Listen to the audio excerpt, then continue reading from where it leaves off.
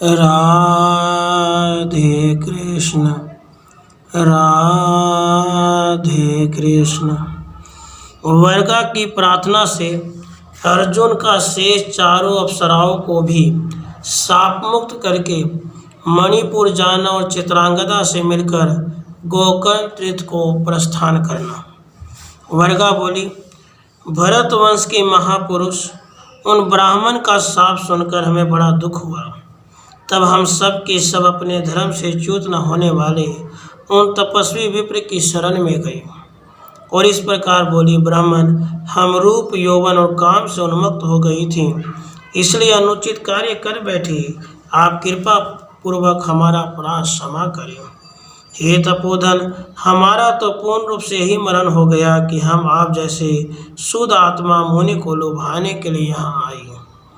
धर्मात्मा पुरुष ऐसा मानते हैं कि स्त्रियां अवध्य बनाई गई हैं, तो आप अपने धर्माचरण द्वारा निरंतर उन्नति कीजिए।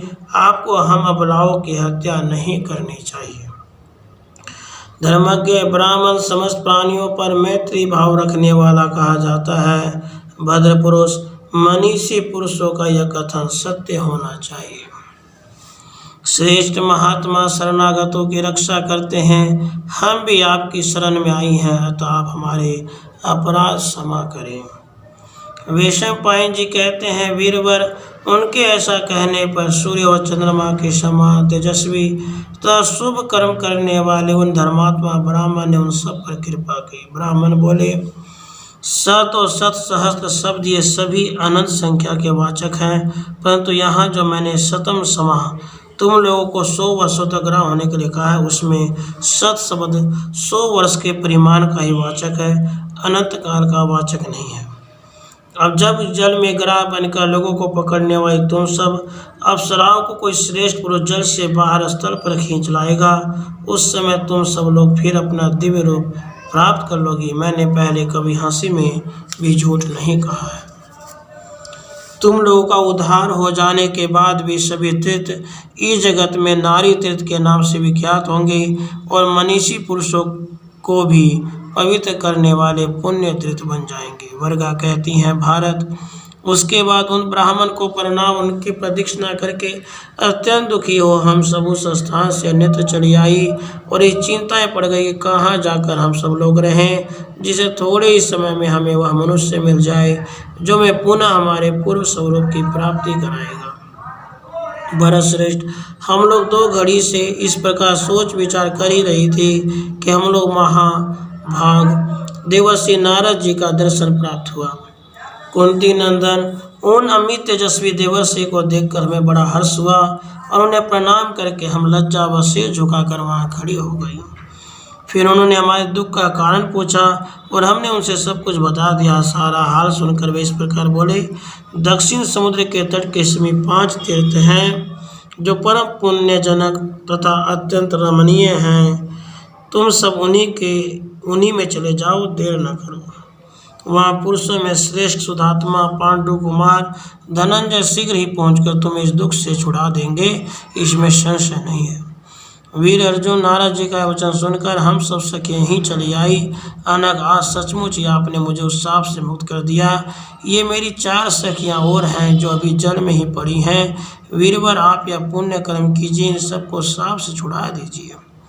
वैशंपायन जी कहते हैं, जन्मेजय, तब उदार हृदय पराक्रमी पांडव श्रेष्ठ अर्जुन ने उन सभी अप्सराओं को शाप से मुक्त कर दिया। राजन जल से ऊपर निकलकर फिर अपना पूर्व स्वरूप प्राप्त कर लेने पर वे अप्सराएं उसमें पहले की भांति दिखाई देने लगी। इस प्रकार उन तीर्थों का शोधन करके उन अप्सराओं को जाने की आज्ञा दे शक्तिशाली अर्जुन चित्रांगदा से मिलने के लिए पुनः मणिपुर गए। वहाँ उन्होंने चित्रांगदा के गर्भ से जो पुत्र उत्पन्न किया था उसका नाम बभ्रू वाहन रखा गया था। राजन अपने उस पुत्र को देखकर पांडु पुत्र अर्जुन ने राजा चित्रवाहन से कहा, महाराज, इस बभ्रू वाहन को आप चित्रांगदा के शुल्क रूप में ग्रहण कीजिए, इससे मैं आपके ऋण से मुक्त हो जाऊंगा। तत्पश्चात पांडु कुमार ने पुनः चित्रांगदा से कहा, प्रिय, तुम्हारा कल्याण हो, तुम यहीं रहो और बभ्रू वाहन का पालन पोषण करो। फिर यथा समय हमारे निवास स्थान इंद्रप्रस्थ में आकर तुम बड़े सुख से रहोगी। यहाँ आने पर माता कुंती, युधिष्ठिर, भीमसेन, मेरे छोटे भाई नकुल, सहदेव तथा अन्य बंधु बांधवों को देखने का भी तुम्हें अवसर मिलेगा। आनंदिते, इंद्रप्रस्थ में मेरे समस्त बंधु बांधवों से मिलकर तुम बहुत प्रसन्न हो जाओगे। सदा धर्म पर स्थित रहने वाले सत्यवादी कुंती नंदन महाराज युधिष्ठिर सारे पृथ्वी को जीतकर राष्ट्र यज्ञ करेंगे। उस समय वहाँ भूमंडल के नरेश नामधारी सभी राजा आएंगे। तुम्हारे पिता भी बहुत से रत्नों को भेंट लेकर उस समय उपस्थित होंगे। चित्रवाहन की सेवा के निमित्त उन्हीं के साथ राष्ट्र युग में तुम भी चली आना, मैं ही वहीं तुमसे मिलूंगा। इस समय पुत्र का अपहरण करो और शोक छोड़ दो।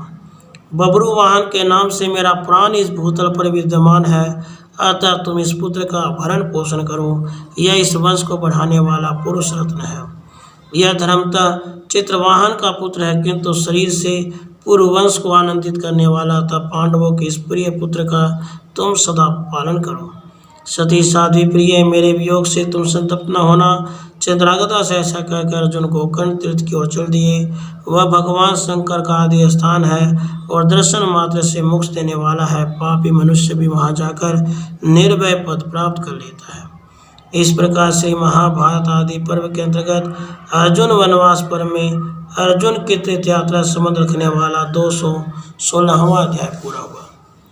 राधे कृष्ण, राधे कृष्ण।